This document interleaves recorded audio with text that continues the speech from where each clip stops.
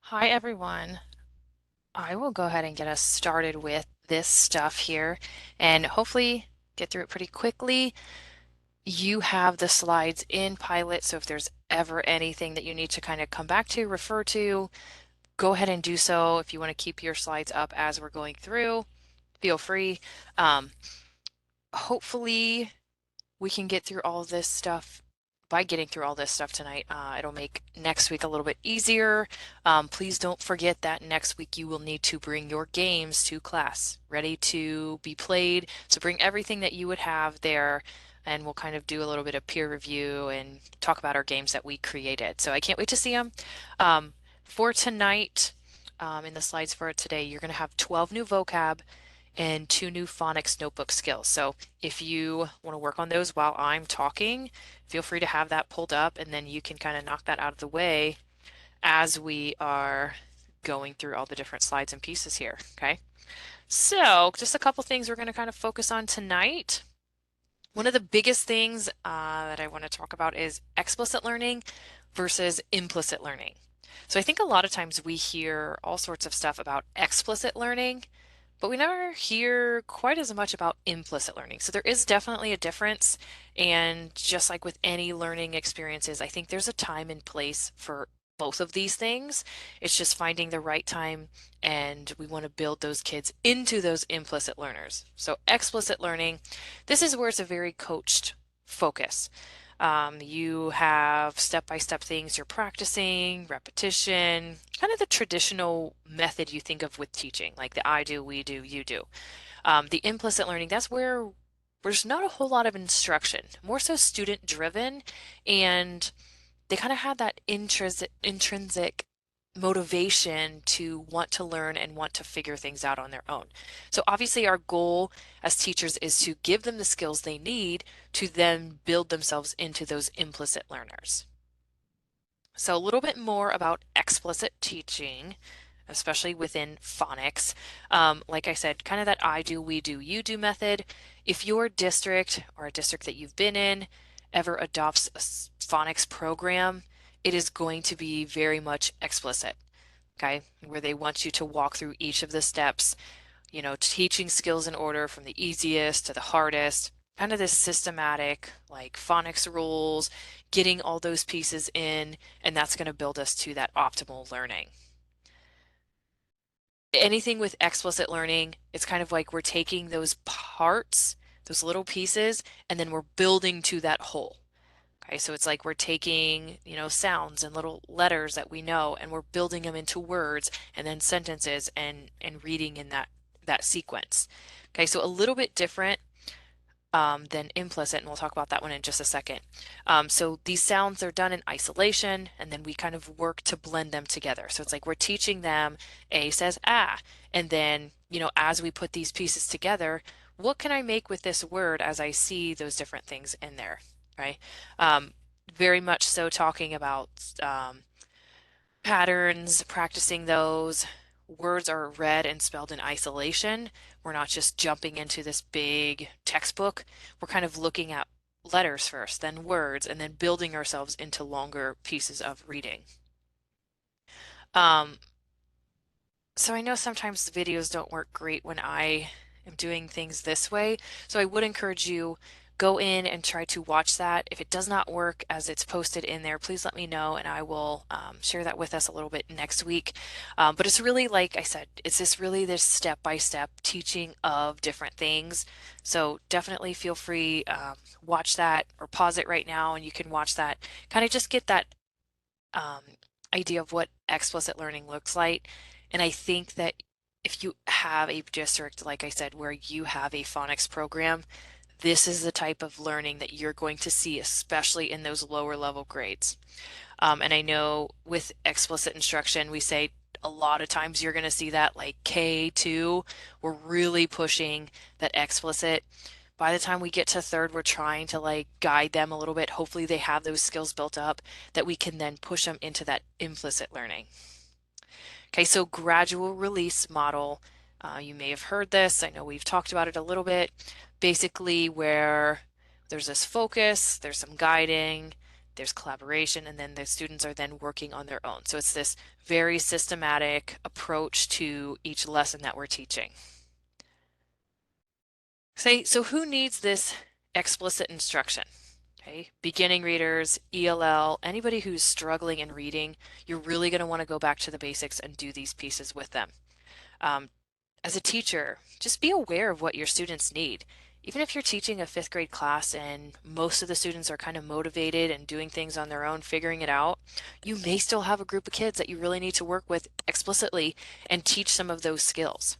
Okay, starting small, building them up, getting them to where they need to be so that they can be independent readers within their grade level. So on the flip side of that is the implicit instruction for phonics.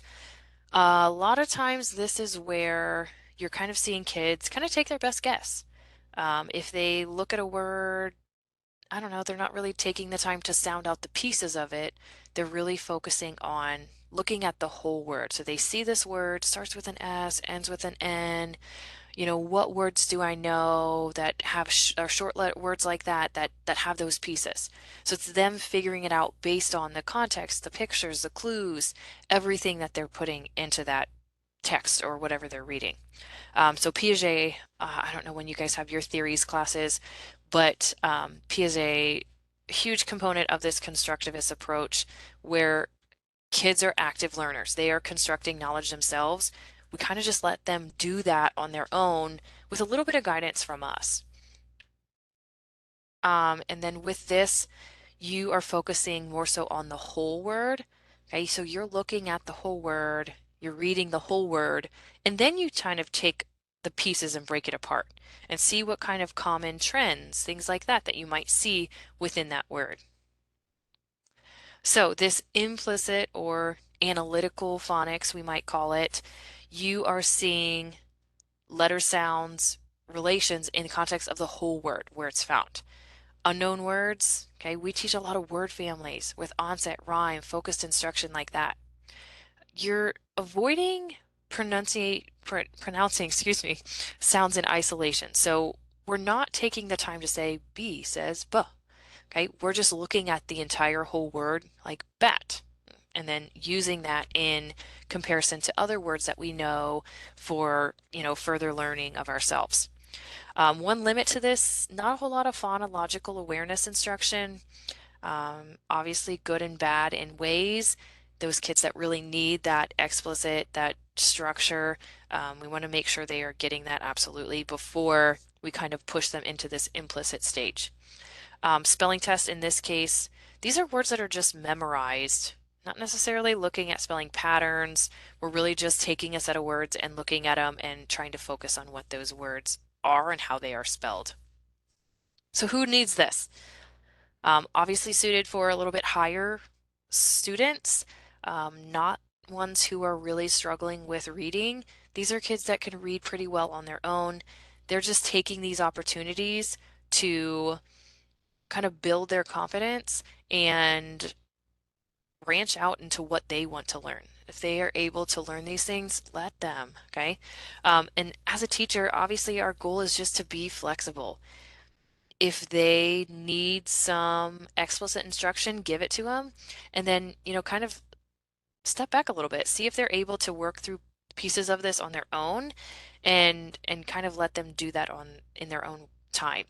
So this is very much where you are going to see a lot of just teachable moments, you might call them, where in the middle of reading a word in a science lesson, you're going to pull out that word and you're going to kind of branch from it and you're just going to talk more so about it. Nothing obviously that's on your lesson plan that you planned for the day, but still a very valuable piece of learning that's happening. And you're kind of just doing it based on what the kids need at the time, which is a really valuable and important thing as well. So taking a look at a couple examples here. Okay, if you have children, they're learning to read words that end with the pattern VCE. They know that that E makes the long vowel sound, or that makes the vowel sound long, excuse me. Um, Very much an explicit type of teaching because they have practiced those patterns. Depending how you're looking at it, could also have a little bit of implicit learning if students in the past have learned this pattern, but now they're just comparing it to other things.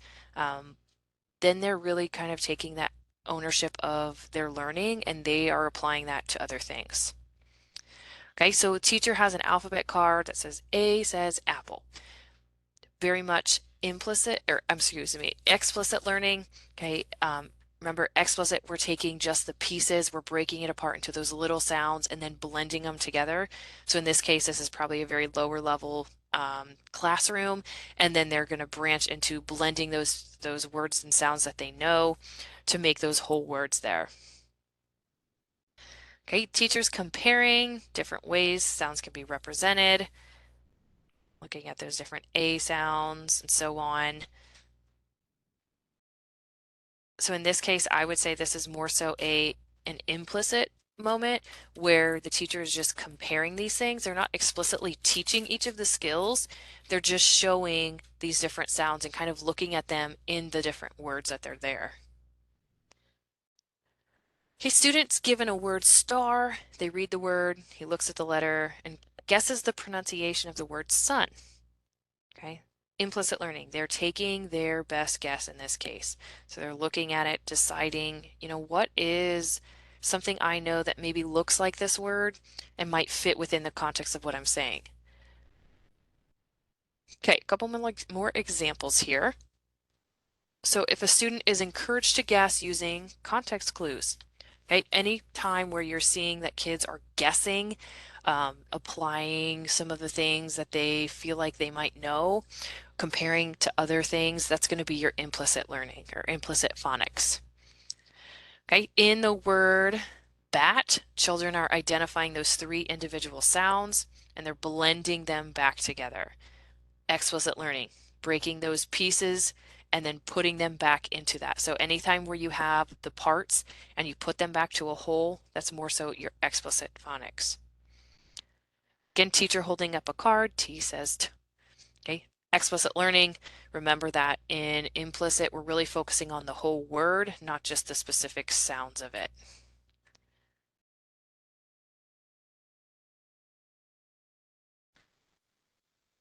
Okay, students reading word families, slow, mo, show, bow. Implicit learning, anytime you see word families, that's more so implicit. We're not focusing and learning the rules behind the patterns, we're just seeing the patterns of the words that are there. Students getting stuck reading the word boat. Teacher asks students if they can think of an animal that has the same ending letters to help them read the word. Okay, this is implicit where they're giving them that opportunity to kind of do the thinking and learning on their own, trying to find words that maybe are similar and can be comparable to what they're looking at in this one. Okay, so within this realm of phonics, we have a lot of different types of instruction. Okay, embedded, analogy, analytic, synthetic. And I'm going to show you this diagram again after we've talked about all of them, but really you can kind of look and see some of them have more structure than others. A lot of it learning in context or not so much learning in context, learning it in isolation more so. So again, let's kind of talk through, all of these. So synthetic phonics is the one we're going to start with here first. This is where we are teaching, can't get my mouse to work here. This is where we're teaching phonemes and then moving to teaching full words. So it's kind of that very basic where we have a lot of structure. We work on all those 44 phonemes of the various patterns in the English language and then repeat those things constantly. This is a lot of what you see in traditional whole groups instruction, very kind of broken down and basic for everybody to kind of learn all those different patterns. So every single one of these approaches is going to have some pros and cons. Is there a best one to do? No. Again, it's all about you understanding your kids and knowing what they need and in what pieces they need it so that they can then kind of be built into those learners where they are going to do the thinking through on their own. So a lot of research to back this method, highly effective. One downfall is that it is more so a whole class instructional piece. So we're not getting a lot of differentiation. So maybe you're not hitting some of those students that you really may need. Analytic phonics, you're starting with familiar words. Students have just learned from repetition, and you're breaking them down into phonemes. So it's kind of like you're starting with a word, breaking it apart. You're focusing a lot on onset and rhyme, kind of seeing that beginning and then the ending. Not a lot of learning sounds of the letters. Instead, you're just kind of being taught beginning sounds in a word. You're focusing on that beginning sound and then trying to figure out the rest of it there. So some pros and cons again, a lot of emphasis on decoding rather than encoding, which here is a very central piece of reading. A definite downfall of this is there's a lot less structure than the synthetic method, but again, there's a time and place, I think, for all of these pieces. So there's going to be pros and cons to everything. Okay, analogy phonics, a form of analytic phonics, and it's focusing on whole words and then the parts. Okay, focuses a lot on vocabulary development through word families. Students are taught to compare new words to words they've not yet learned. So they're seeing these words they do know, and then they're going to compare them to other pieces and hopefully gain some vocabulary, hopefully gain some knowledge about what those words actually mean. Okay. A great side of this is that it does start with familiar stuff and then builds to those unfamiliar words, which I think is a really great way to boost confidence because students that are like overwhelmed with something brand new are going to struggle a little bit. So starting with those familiar pieces does definitely help them to get to that unfamiliar part. Um, Again, a lot less structure, and students can kind of get away with just guessing words without actually knowing all the phoneme pieces. So it's kind of like they can read the word um, band, but they don't know that A says ah. It's just a pattern that they've practiced and they've seen it in those pieces before. Okay, embedded phonics. This is where we're teaching graphemes and phonemes in those teachable moments. A lot of implicit instruction happening with embedded phonics. So we're focusing on learning to decode during reading, rather than kind of looking at that structure. Sorry, there's a repeated word there. It doesn't look right. So we're looking at the whole thing. It's like we're giving them an entire page of text, and we're basically taking time when we get to a word we're struggling on, take that and make it a teachable moment and practice and talk about some of the, you know, phonetic things that you're seeing there when you get to that point. If it's not a word that this kids struggle on, then, you just keep moving through that passage. So in this case, I think is a lot harder to really plan for. These are, like we said, kind of just more of those teachable moments where you're going to use it on the spot and kind of get those students interested in thinking about it at that time. Good things, it's practicing reading, you're identifying weak spots because you're constantly reading these bigger pieces. It's not going to work alone though. At some point, they are going to need some direct structured instruction. This is just something that you can kind of utilize throughout the day, and embedded phonics could happen in during your science block. You can have phonics skills being taught and reviewed and talked about while you're reading a passage about space. Okay, so it can happen in different ways. Okay, so again, showing you that graphic again, like I said I was going to, so you can kind of see how those things are broken apart based on all those different pieces of that. Okay, so kind of taking a look and, um, oops, not sure what's going on with my screen here. I'm sorry. So kind of taking a look here in America. We have a wide range of people all with different needs, okay? Just really like if you think about your classroom, you're going to have a lot of students with a lot of different needs. So there's going to be different things that they're going to need, and that's going to help them in the best way. So About 5% of kids and Americans in general, learning to read to them is pretty effortless. It's like they're one of those people that can kind of pick up a book and they can learn all these things and they can just read and read and read. Um, 35% learning to read is relatively easy with just a little bit of broad instruction. So it's like you're kind of giving them those basic, like, once a week type of lessons, and they're kind of taking that and rolling with it. 40 to 50% learn to read proficiently by having some explicit systematic instruction, a lot of teaching skills, patterns, using those pieces that they know and then applying them to their reading pieces. Then that other 10 to 15% is dyslexic. Learning to read requires a lot of code-based, explicit, systematic, diagnostic instruction, lots and lots of repetition. So it's like we're trying to accommodate for all of these kids in our classrooms, which can be a really big struggle. So again, that's why when I was talking about each of those pieces, you have to find what's going to work for your class. So maybe you're teaching that whole class lesson to hit those 40 to 50% of kids that might really need that and benefit from it.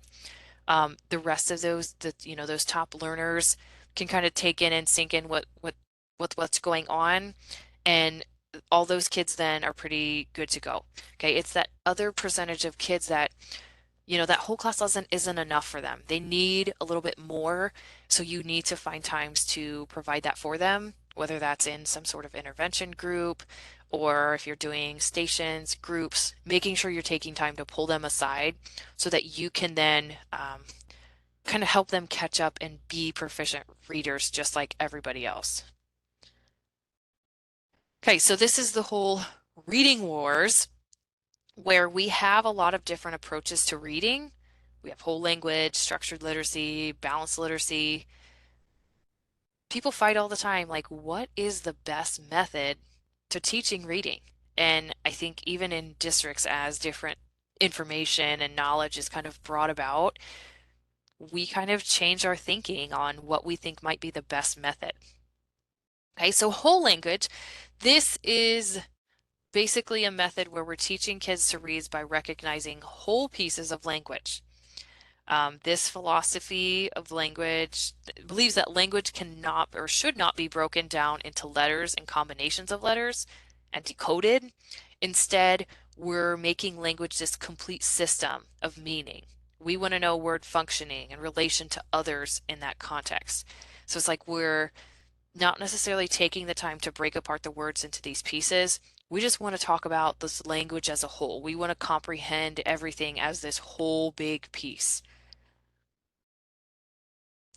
Okay, you're going to have, if this is the method you're using, very literacy rich environment. Lots of labels, lots of print, lots of everything that you can see that is going to give you exposure to language. You're combining speaking, reading, listening, writing, kind of all meshed together. Connecting text for personal meaning. You're using prior knowledge to make sense of the things that you're reading. This is where you're going to see a lot of embedded phonics because you're kind of taking those teachable moments as you're looking at those whole big texts and then using them, in your instructional pieces in those teachable moments to make the language and make those connections and make that understanding happening. Okay, structured literacy is another approach that we have, very phonics based, where we have this method of teaching kids to read and spell words. You have spelling rules, you're applying those phonetics and decoding words based on their spellings. Okay, in this phonics, we're breaking down written language into smaller, simpler components so that when we see those words, we know how to break them apart and then create that big word of what we're focusing on. Okay, synthetic phonics approach, very systematic, cumulative, explicit learning. You're going to see a lot of multi-sensory, diagnostic, very individualized because we're focusing on each of those pieces and helping those kids with the skills and chunks that they need. Okay, and then the last piece is balanced literacy, centered around activities that surround children with quality literature and promote this love of reading. So balanced literacy, you teach kids essential components of reading, so you're having phonological awareness, phonics, fluency, comprehension, vocabulary, and you're doing that all through these structured, moments in your day, whether it's a read aloud or a shared reading, it's a guided reading group, or kids are doing independent reading. Okay, they're practicing these skills within those different structures. Okay, some phonemic awareness, phonics is taught, but the lessons are short. Not a whole lot of scope and sequence. You're going to see a lot of leveled text, um, some cueing systems there, more focus on the meaning of what they're reading instead of like, do I know what this word says? I want to know what this text means. And then there's definitely some trial and errors in this method as well, where kids have their own, attempts at things, and then they have to see if that's what works. So, which one of these is best? Okay, a lot of students would master enough language skills through balanced literacy, but there's a growing population of students who really that's not sufficient for. Structured literacy avoids making assumptions about reading and makes learning to read clear, concise, and easy for students. Okay, so structured literacy is really the one that would address all of these pieces. Now, is every person going to agree that this is the exact one that should be the one that everybody teaches? No, probably not. Um, I know in past districts, I've used balanced literacy approaches, and at the time, that's what they thought was the best approach. Obviously, as more research and more learning and more things come out, this may change, okay? But I think right now, structured literacy is really the best method. That's not to say you can't use other methods. There's again time and place for a lot of different things, but this is where we're really just making sure we're having all these chances to pull these kids and make sure that they are focused so we can address all these different learners. Okay, I think in years past and in school was a lot different. We didn't have all these different levels of students that we were trying to accommodate for. I don't think there was as much need for this as there is today. So definitely a huge piece of what we're seeing in classrooms. Again, take a look at this video, kind of just a fun way that kind of breaks apart this reading war and all the research pieces of that go into each of these approaches that we have. Maybe, here we go. Okay, so jumping into some new things for your phonics notebook, sight words, high frequency words, whatever you want to call them. These are things that you will probably see a lot of, especially in early years of schooling. That's not to say that upper elementary kids don't need sight words or high frequency words, but I think we see a lot more of it in those lower level grades.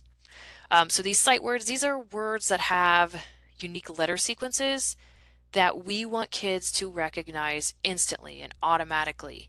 We don't want them to have to take time to kind of try to sound it out or think about what it is. We just want them to know these words automatically. These are words that we see a lot of in text. Okay. A lot of them, there's a piece of it that doesn't play fair or follow a pattern, we might say. And that's why we call them sight words, because we can't take the time, we can't break it apart and sound it out. We really just have to know that this is what this word says. So having this sufficient number of sight words does enhance and increase comprehension because we're able to kind of piece together what the meaning of the sentence is and not take the time to read I don't know what this word is, and then it kind of messes with the whole comprehension of what you're doing. Okay, so with these sight words, things like this, you are going to see different lists. There's a Dolch list, there's a Freilich. Your phonics programs or schools may have their own list of sight words or high frequency words. I can't say that there's really one that's better than the other. A lot of times I see people kind of combining these two lists together, which is probably not how they're supposed to be, but I think just really giving them exposure to those words that they're going to see a lot of and it's not words that they can necessarily sound out. Okay.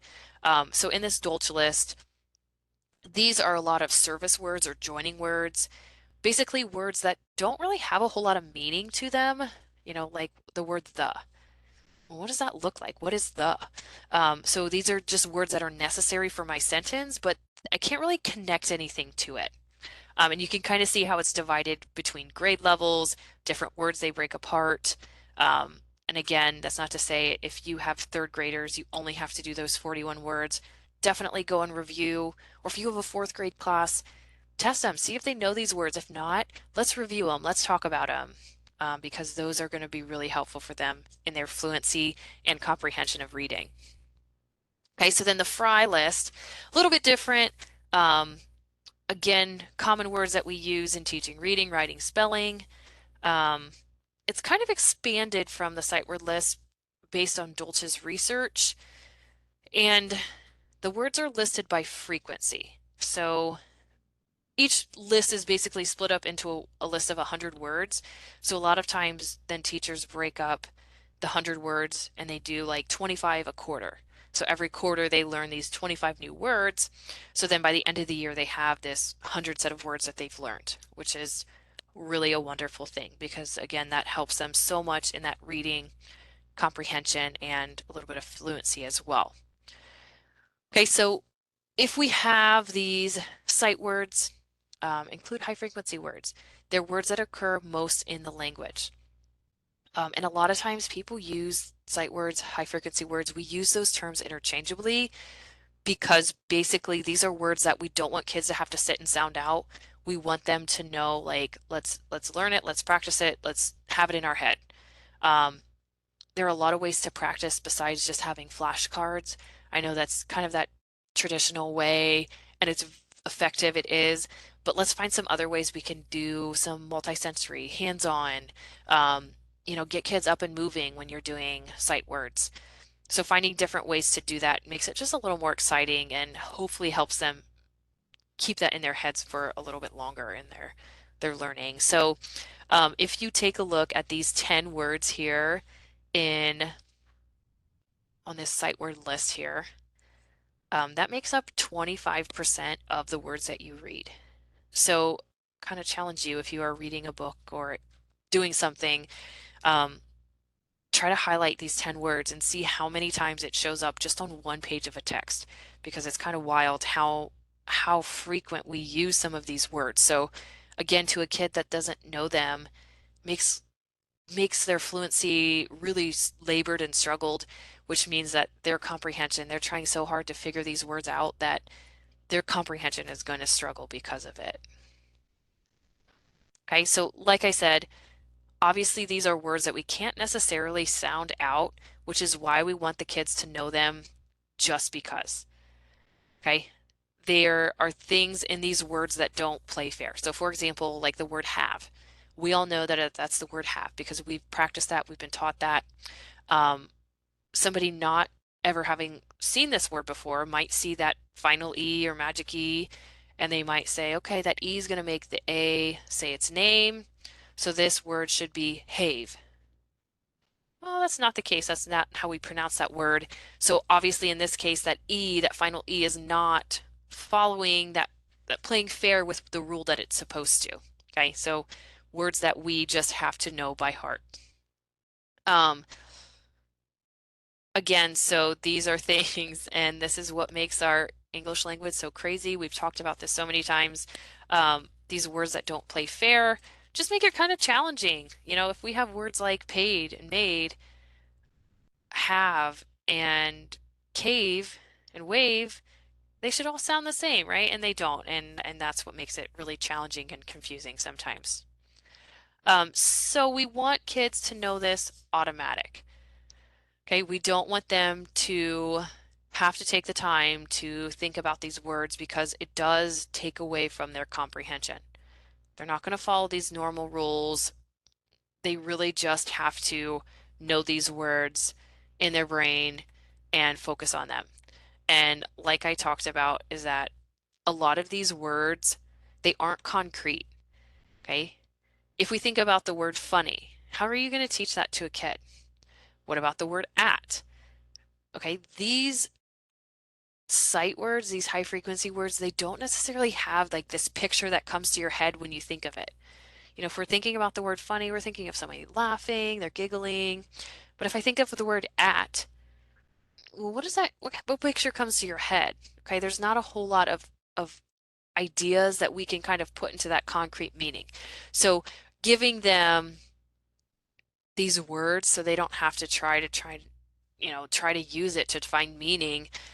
They can just use the rest of the sentence then because they're not struggling on those words.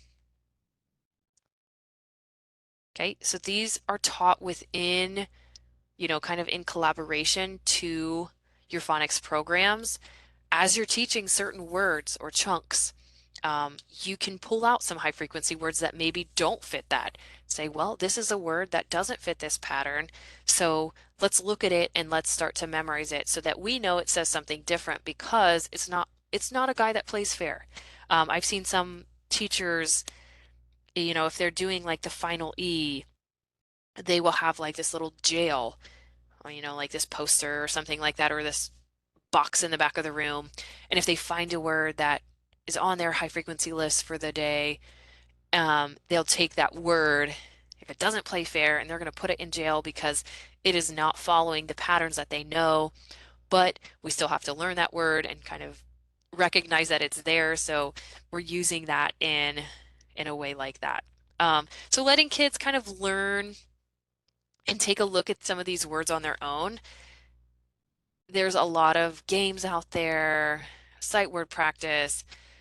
There's so many things and pieces that you can do to give them some practice with these words. We don't want them just to necessarily memorize them. We want them to have a little bit of connection to it. So they know, like, okay, the word have, it's not just a word that I know in my head. I remember that it doesn't fit the pattern of the final E that we're talking about. So it's not a word that plays fair. So I know it's going to be a little different when I speak it and when I write it down. Orthographic mapping and heart words are author ways to do that. If you ever do orthographic mapping, kind of that chart, and I think we looked at this one of the first weeks of class where we had like the Unifix cubes, and that's where we were kind of like tapping it, mapping it, graphing it out, kind of pushing those pieces up as we were saying those letters. A really great way to kind of keep that practice with some of those words. Again, they can be with words that don't necessarily fit patterns. So again, watch that on your own. Um, some other examples here of some orthographic mapping. And then a really cool one, if you ever hear of heart words, sometimes you hear these being referred to as heart words, especially in younger grades. I think the kids really like it. Um, so basically saying like the word the. Okay, TH says that sound, that fits the pattern, but this E isn't saying E here, it's saying eh, like the. And in this case, that eh sound um, is going to be that heart thing where I have to know this sound by heart because this word doesn't fit, this piece doesn't fit that that E sound that it should be. It's just something that I have to know by heart that it doesn't connect with me. So you can kind of see that within a word I can still see some of these pieces and chunks that I know, but then there's sometimes these pieces that don't necessarily make sense.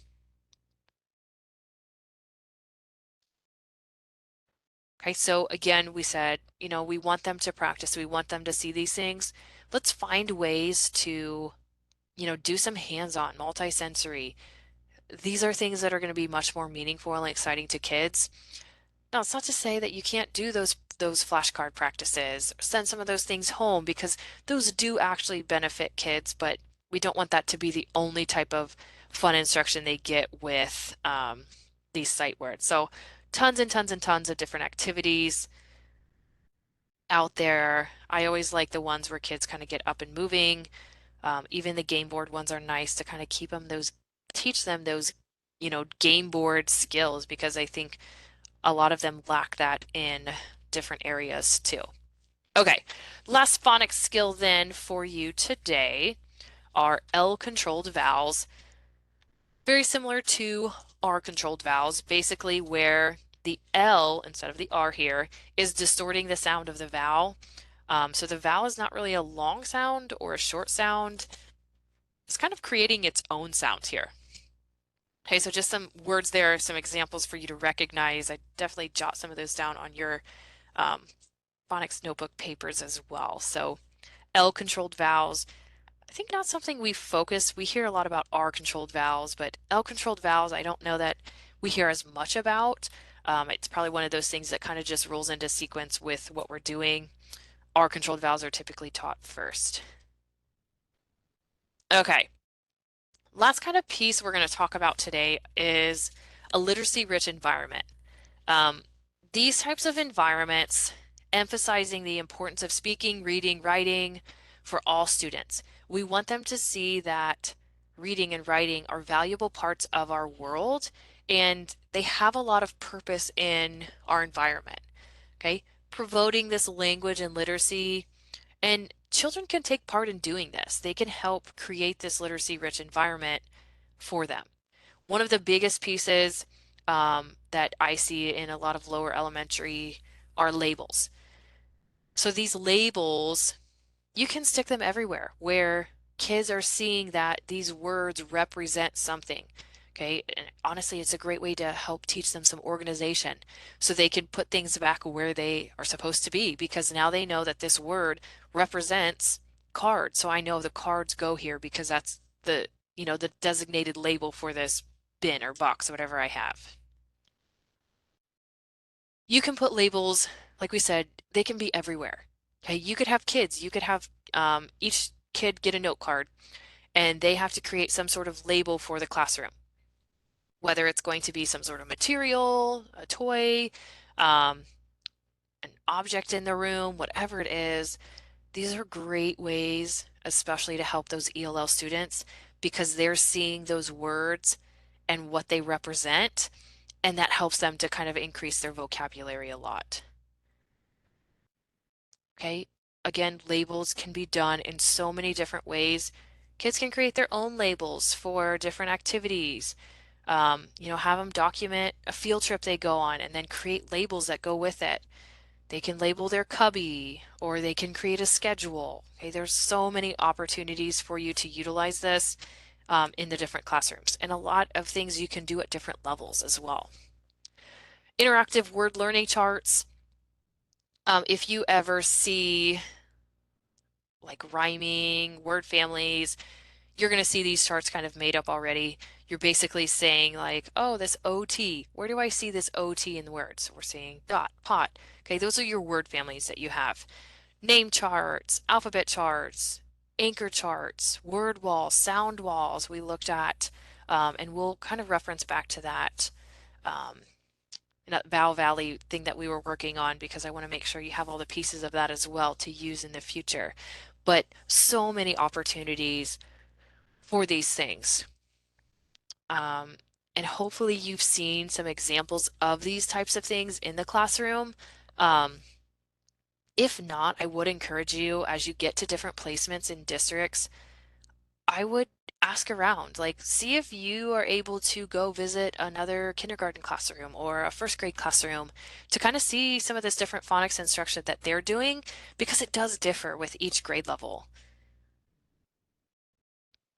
Book resources are a really great way to have that literacy rich environment as well. There's so many options of fun, cute books out now.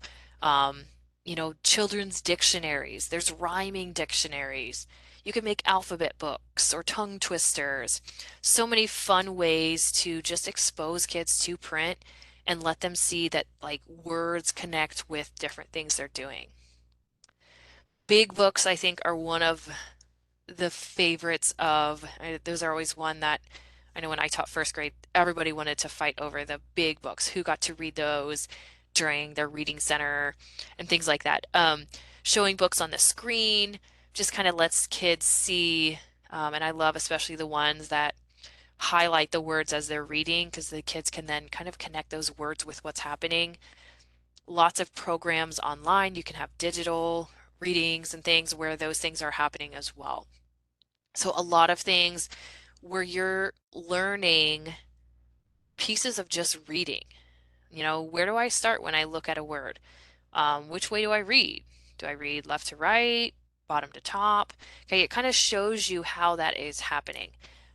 Giving kids pointers like that, if you can see in that picture, letting them kind of point as we follow along and read something together. Every day someone else could have that job to do that in the morning message or whatever it is you're reading. Different word study centers, if you're doing stations where it kind of gives you some time to work with some of those students that might need a little extra help, then students can be working in these different centers where maybe they're working on magnetic letters or wiki sticks are one of my favorite. They're basically like they're kind of like pipe cleaners, but wiki sticks are much easier to kind of manipulate. So they can form letters by doing that. Different sensory things, or some sort of writing center like this, where they're just using different types of writing and creating that on their own.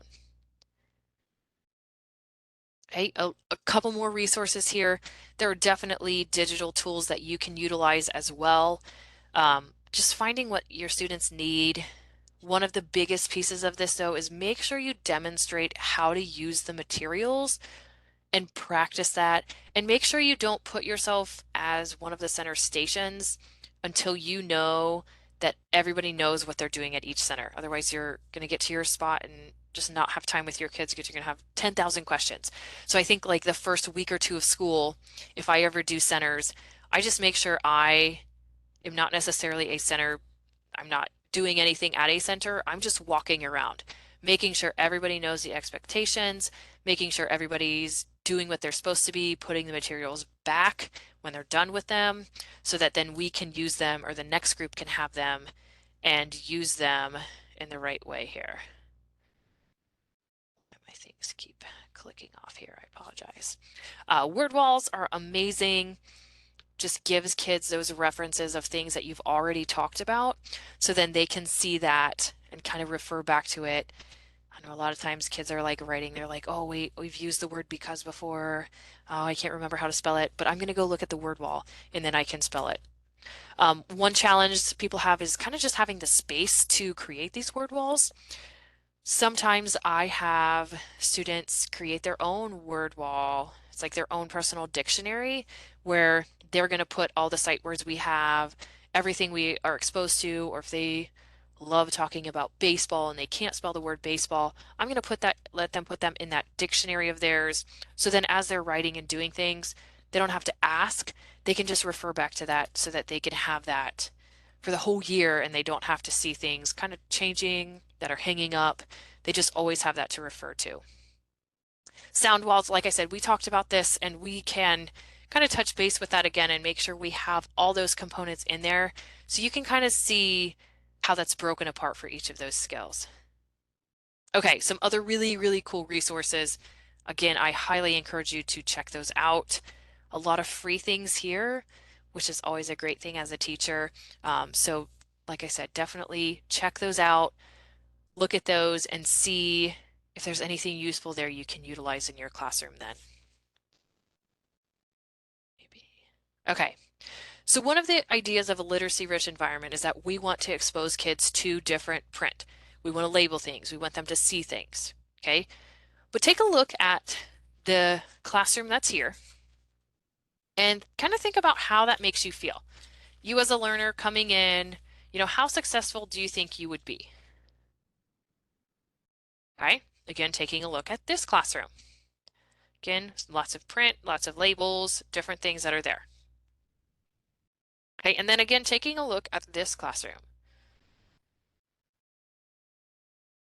So basically, as you're kind of looking through those different things, hopefully you're recognizing that this first one is kind of overwhelming. There is a lot going on. There's lots of colors, there's lots of things all over the place, and it makes it really hard to focus. If I was a student and I was trying to remember where I could reference finding a certain word, this would be very overwhelming to try to make sure I knew where to look because every piece of this wall is filled up. Like there is so much going on. Um, Second picture, I think this is a really well laid out classroom. They have a lot of really good stuff. It's all organized. It looks kind of clean. Um, it's one of those things where I know everybody wants to have this cute decorated classroom, which is wonderful and great. But again, make sure those decorations and that cuteness is not overtaking your goal as a teacher, is that you want kids to have a successful learning environment. Okay, so I think that's kind of why in this last picture, I think seems like a very calm, relaxing space. And I think as a student trying to learn and trying to focus, this would be a really peaceful area for them to do that. Okay, yes, there's print, there's words, there's labels, but it's not super overwhelming. Again, just kind of a relaxing, peaceful environment. So kind of one of those things where if you're going to hang something up, make sure it has some purpose behind it. Don't just hang it up because it looks cute, or maybe you're going to keep it there because you think it's something you're going to use next week. If you fill every inch of the wall with all these posters of all these things you've learned, kids are going to get really confused and not really know where to focus, and it's going to be a little bit overwhelming for them. Okay, kind of the same thing with bright colors. There's a time and place for those, and I think they're wonderful, but don't put too many in there that it's just way too overwhelming for students. Okay, making sure your charts are meaningful. Any displays you have out, relate them what you're learning. Keep them there if their students are interested. Definitely pick some displays, leave some space on your wall so that you can put pieces there as you are learning it, and it's not like you come into the classroom and every wall is filled up. You want to make sure there's some space so that you can put things up throughout the year. Lighter colors, natural colors, using those bright colors as accents. Don't paint your wall bright, hot pink. That's going to be pretty distracting for kids. Okay, you want those just as little pops of color. So again, it's kind of that peaceful, relaxing environment. You don't want it to be so super overwhelming. And I think the last two pictures we looked at, both of those were very organized. They seemed clean. It wasn't overwhelming for students. And that's what we want to see. Okay, those displays can be meaningful and powerful if the kids are part of the process. If you let them help create the chart of, the vowel patterns you're working on, kids are going to remember that a lot more. Or if you're going to help them label a picture that you create, they're going to remember that a lot more.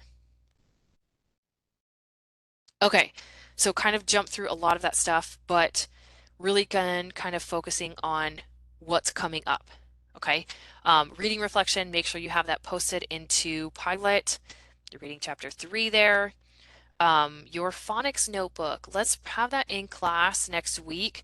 I'm planning to then collect them, get the final grades in for those. Um, that way I can give them back to you so you have them when you do take your final. So I just want to make sure I can give everybody the points that they deserve. So make sure you have those in class and ready. Um, Also making sure you bring your game to class.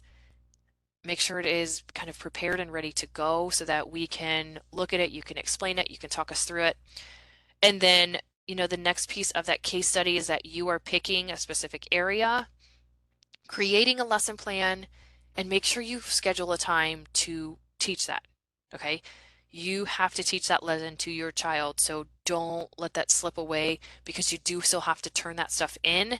And, you know, honestly, we only have a couple weeks left, so making sure you kind of get those things in there and focused so we can make sure we knock all those things out of there.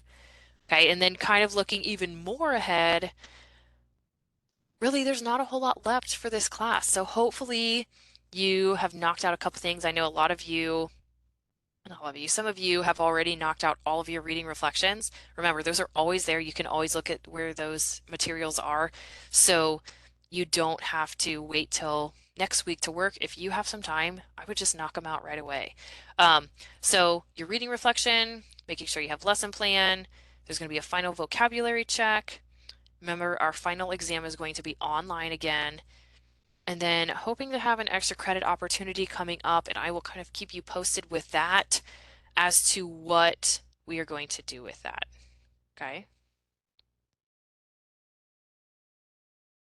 Otherwise, you'll have listed your vocabulary, your phonics stuff. If you have any questions as you're working or doing anything, please reach out, let me know. I'm here to help you, and I want to make sure we're getting all those things done. Um, I only have so long to submit final grades as well at the end of the course. So please make sure you're getting all the things in there. I would rather be able to give you points and not have to give you zeros on things. So go back, look through your pilot page, make sure you have all the things in there that you think you have done. If you notice any errors or mistakes, I try to be really diligent in making sure every point gets put in the right places. Sometimes the system gets crazy and it just doesn't work correctly. Everybody makes mistakes and there are going to be some errors. So please reach out if something doesn't look right, and I will hopefully be able to get that fixed and organized a little bit better for you. Okay, so I'm not going to have you do any extra assignment aside from just listening to this and getting those reflections and stuff in. I know you have a lot of stuff coming up that's due, so use this time, get that stuff done, and then I will see you again next week with your phonics notebooks and your games ready to be played.